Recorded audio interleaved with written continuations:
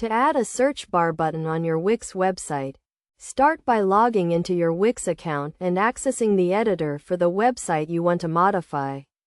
Once you are in the editor, click on the Add button located on the top bar of the editor. This will open a menu with various options to add different elements to your website. From the menu, select the search option and click on it. This will open a new window with different search bar options to choose from. Browse through the available options and select the one that best fits your website's design and layout. After selecting the search bar option, click on the Add to Site button to add it to your website. The search bar will be added to the top of your website, but you can move it to any location you prefer by dragging and dropping it. To customize the search bar, click on it to open the Settings menu.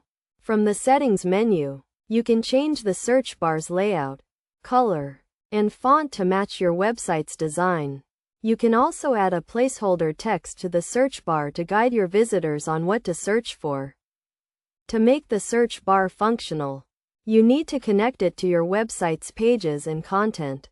To do this, click on the Connect to Pages button and select the pages and content you want to include in the search results. You can also exclude certain pages and content from the search results by clicking on the Exclude button. Once you have customized and connected the search bar, click on the Publish button to save the changes and make the search bar live on your website.